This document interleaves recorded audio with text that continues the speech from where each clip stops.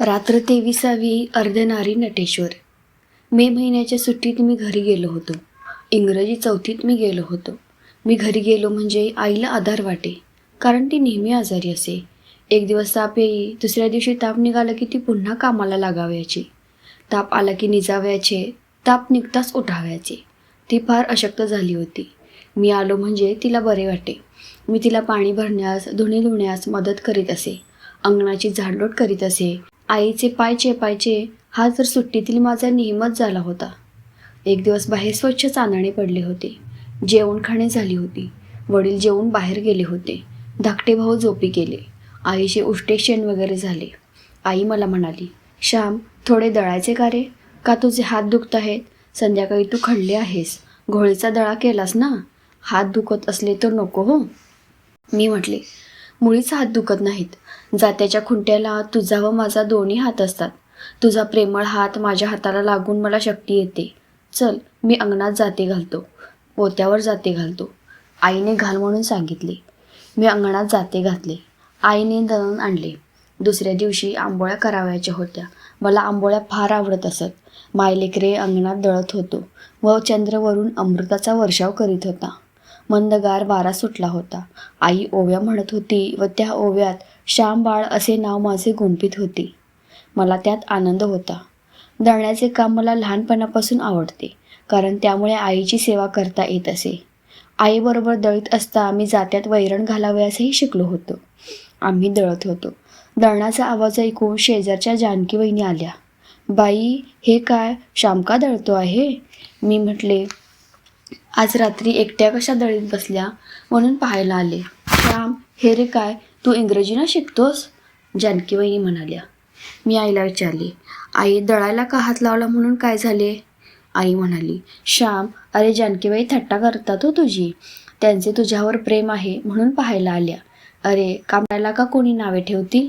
आणि आईला मदत करण्यात तरी कसली कोणाची लाज? आईला मदत करणाऱ्याला हसेल तो रानटीच समजला पाहिजे. तुझ्या भक्तिविजयात जानकीबाईंबरोबर प्रत्यक्ष पांडुरंग नव्हता का दळायला लागत? हो, खरेच आहे. पण खरे कसले कागदे? पण खरेच असेल कागदे. देव कबीराचे शेले विणू लागले, जनाबाईचे दळण दळू लागले, धुणी धुवू लागले, नामदेवाच्या पाठीमागे उभा राहून कीर्तनात टाळी वाजवी, नाचे. खरे का ग हे सारे? असे मी विचारले. बसा ना जानकीबाई, अशा उभ्या का? असे आईने जानकीबाईस विनवून आई म्हणाली. श्याम, असे खरेच असेल ते. देवावर ज्यांची श्रद्धा असते व त्याचे स्मरण ठेवून जे काम करतात त्यांना देव नेहमी मदत करतो. तू मला मदत करीत आहेस ना, ती देवानेच पाठवली आहे. मे महिना आला की देव मला मदत करण्यासाठी तुझ्या रूपाने जणू येतो. अनेकांच्या रूपाने मदत कराव्यास देव उभा राहतो. कधी श्यामच्या रूपाने, कधी जानकीबाईंच्या रूपाने. आई, मला भेटेल का ग देव? मी विचारले. पुण्यवंताला भेटतो. पुष्कळ पुण्य करावे, सर्वांच्या उपयोगी पडावे, म्हणजे देव भेटतो, आई म्हणाली. जानकीबाईंनी मला म्हणाल्या, श्याम, का बोवा वगैरे व्हायचे आहे की काय? मग शिकतो आहेस कशासाठी?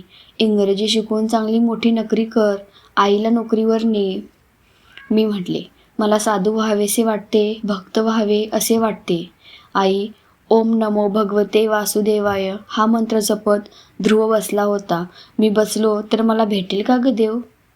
आई म्हणाली, बाळ, ध्रुवाची पूर्वपन्यायी केवढी थोर, त्याचा निश्चय किती अभंग. बाप राज्य द्याव्यास लागला तरी तो माघारी फिरला नाही. इतके दृढ वैराग्य कोठून आणावयाचे? या जन्मी चांगला होण्याचा प्रयत्न कर, मग तेव्हा कुठेतरी देव भेटेल. जानकीबाई म्हणाल्या, श्याम, सोड, मी लावते आता हात, दमला असशील तू. मी आईला म्हटले, आई, तूच जरा हात सोड, जानकीबाईंनी व मी दळतो. जानकीबाईंनी मला वैरण घालता येते हो, डोळे मिटून सुद्धा घालता येते. मी आता तरबेज झालो आहे. आई, सोड ना हात थोडा वेळ. मी आईचा हात सोडविला व जानकीबाईंनी व मी दळू लागलो. मी वैरण घालू लागलो. जानकीबाईंनी पहा कसे पीठ येते आहे ते. डोळ्यात घातले तरी खुपायचे नाही, पहा ना, मी त्यांना म्हटले. जानकीबाईंनी आईला म्हणाल्या, बाई, श्यामला तुम्ही अगदी बायकोच करून टाकलेत. आई म्हणाली, माझ्या घरात कोण आहे मदत कराव्यास? अजून सून थोडीच आली आहे घरात. श्याम नाही मदत करणार तर कोण करेल? जानकीबाई, बायकांना कधी कधी पुरुषांची कामे करावी लागतात. त्यांना कमीपणा थोडाच आहे. श्याम मला डाळ तांदूळ निवडायला लागतो, धुणी धुवायला लागतो, भांडी विसरायला, सर्व काही कामात मदत करतो. त्या दिवशी माझे लुगडे धुतले हो. मी म्हटले, श्याम, लोक तुला हसतील. तर म्हणे, कसा? आई, तुझे लुगडे धुण्यात मला खरा आनंद आहे. तुझी चौघडी मी पांघरतो, मग धुवायला का लाज वाटते? जानकीबाई, श्यामला काही वाटत नाही. मी श्यामला बायको करून टाकली आहे, तरी त्याला ते आवडते. मित्रांनो, आईचे ते स्फूर्तिमय शब्द मला अजून आठवतात. पुरुषांच्या हृदयात कोमलता, प्रेम, सेवावृत्ती, कष्ट सहन करण्याची तयारी, शोषिकता, मुकेपणा, काम करणे या गोष्टी उत्पन्न झाल्याशिवाय त्यांचा पूर्ण विकास झाला आहे असे म्हणता येणार नाही. त्याचप्रमाणे स्त्रियांच्या हृदयात धैर्य, प्रसंगी कठोर होणे, घरी पुरुष मंडळी नसेल तर धीटपणे घरची व्यवस्था पाहणे हे गुण येतील तेव्हाच त्यांचा पूर्ण विकास झाला आहे असे म्हणता येईल. ह्यालाच मी लग्न म्हणतो. लग्न करून हे साधावयाचे. लग्न करून पुरुष कोमलता शिकतो, हृदयाचे गुण शिकतो, स्त्री बुद्धीचे गुण शिकते. विवाह म्हणजे हृदय व बुद्धी, भावना व विचार यांचे मधुर मिश्रण, मधुर सहकार्य होय. पुरुषांच्या हृदयात स्त्रीगुण येणे व स्त्रीजवळ पुरुषगुण येणे म्हणजे विवाह होय. अर्धनारी नटेश्वर हे मानवाचे ध्येय आहे. स्वतः पूर्ण पुरुष अपूर्ण आहे, स्वतः एकटी स्त्री अपूर्ण आहे, परंतु दोघे एकत्र येऊन दोन पूर्ण व्यक्ती बनतात. दोन अपूर्णांकाच्या लग्नाने दोन पूर्ण जीव जणू बनतात. निराळे लग्न लावण्याची मला जणू जरूरच ठेवत नव्हती माझी आई. प्रेम, दया, कष्ट, सेवा या स्त्रीगुणांशी आई माझे लग्न लावून टाकीत होती.